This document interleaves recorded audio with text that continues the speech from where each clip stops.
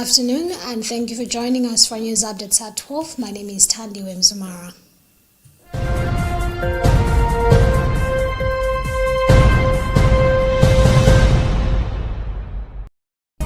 Pope Leo XIV has called on Catholics to remember and care for the elderly, saying God's love never forgets anyone.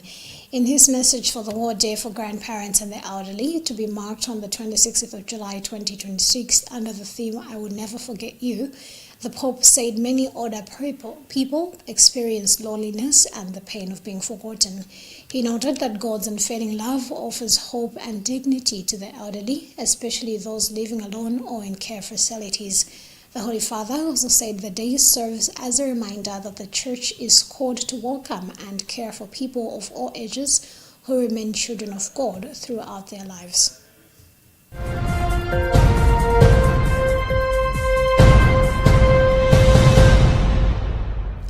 The Concerned Citizens of Malawi People Power Movement has called on government to establish a public dashboard providing regular updates on the repatriation of Malawians affected by xenophobic attacks in South Africa, including information on the selection of returnees and the use of resources to promote transparency and public trust.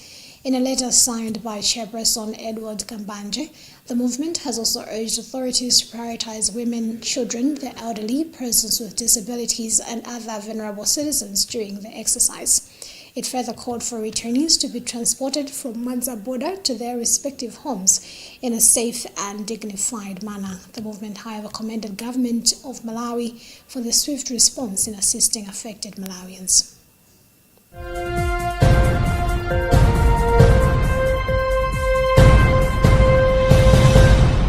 The Department of Disaster Management Affairs, DODMA, has said an estimated 10,000 Malawians in South Africa are seeking assistance to return home following vigilante attacks targeting foreign nationals.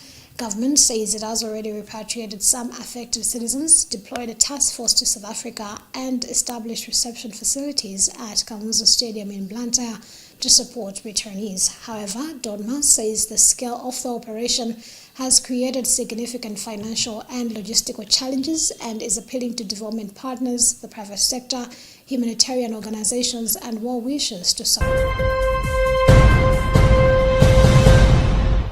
The Malawi Human Rights Commission, MHRC, has urged the government and development partners to prioritize water, sanitation, and hygiene wash services to protect children's rights and health.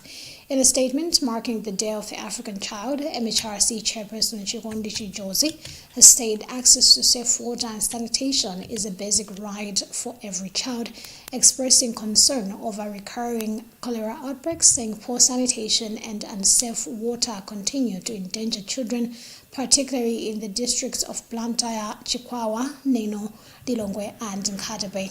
MHRC has also noted inadequate sanitation facilities in schools, which it says are affecting learning, especially among girls and children with disabilities. The Commission has since called for increased investment in child-friendly wash infrastructure, stronger hygiene education, and expanded disease prevention programs.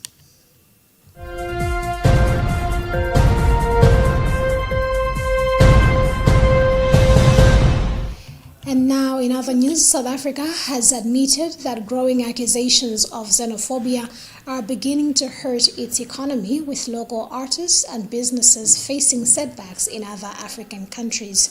Justice and Constitutional Development Minister Mamoloko Kubai said some South African entertainers have lost work opportunities across the continent, while businesses operating abroad are also experiencing difficulties. Kubai rejected claims that recent deportations and evacuations involving foreign nationals were motivated by xenophobia.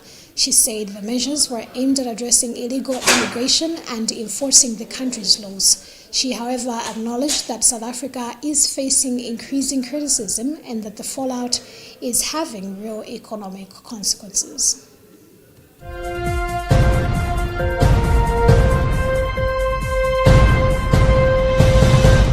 And that's about what we had time for this edition of our news updates. My name is Tandi Wemzumara.